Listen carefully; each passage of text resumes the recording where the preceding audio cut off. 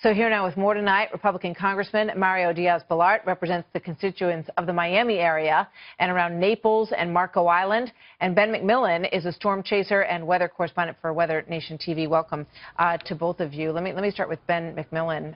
Ben, we talked to you before this whole thing got underway, and it was dire. And I guess a lot of people feel like it wasn't as bad as it could have been, which is very good news for a lot of people. We all saw what happened in Harvey, and there's a lot really still to tell about this story, I think, in the Keys, which remains to be seen. But what's your take on the whole thing, Ben? Yeah, Martha, you're exactly right. Staggering damage in the Florida Keys, Miami underwater, Jacksonville underwater, but it could have been much, much worse. This storm set historic records, being at 185-mile-an-hour winds, which is well above that Category 5 rains for 37 hours, which is a tremendous amount of energy. And we're very fortunate that this storm was able to weaken a little bit, because even though we've seen a lot of dire impacts, we're very fortunate those winds weren't up in that extreme range above 150 miles an hour. So how did you fare? Because you were saying that, you know, even as a storm chaser, you were kind of nervous going into this thing, and I understand you had some problems with gas, too.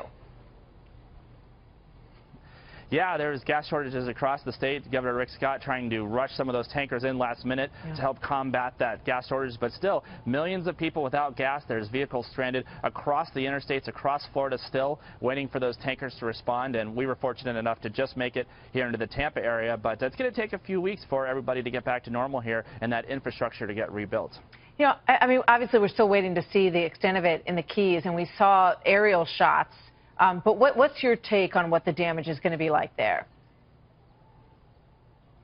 Well, again, we were very fortunate. The storm made landfall on Marco Island at 115 miles an hour, which is only a Category 3, and we've been talking about that extreme Category 5 that we were expecting. So it's still a very strong storm. It's going to be a long recovery process for neighborhoods in Naples and Marco Island, where they saw some of the strongest winds. And it's going to take some time for those folks, so let's keep them in our thoughts and hope that they can do that quickly and safely. Yeah, you know, when you look at this thing, and you know, it's sort of spun across the entire state, as we're saying, and pushing water up in Jacksonville, it had so much magnitude.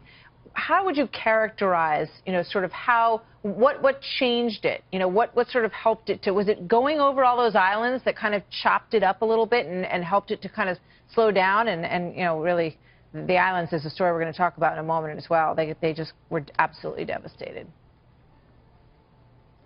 Well, Martha, let's think about hurricanes as a giant machine, and when they have fuel, they get stronger and stronger and stronger and maintain themselves. And when they're over the ocean, they do that. But this storm hit Cuba. For the United States' sake, we're very fortunate that it made contact with those land masses down there, which weakened it slightly before it hit the Keys and eventually southwest Florida. All right, Ben, we're glad you're doing okay. A lot of work ahead, to be sure. Ben McMillan, thank you for being with us once again tonight.